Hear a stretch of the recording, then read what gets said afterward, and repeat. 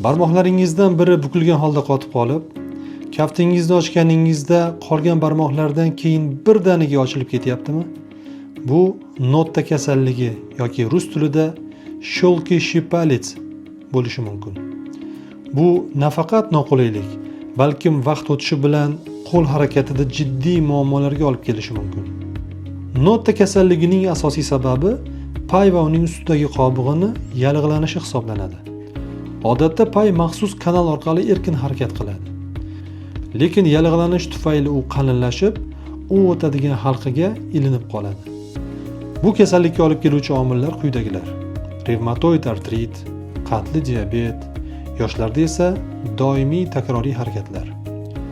Agar bu kasallik o'z vaqtida davolanmasa, harakat cheklanishi ortidan kuchli og'riq paydo bo'ladi va eng yomoni barmoq umuman ishlamay qolishi mumkin.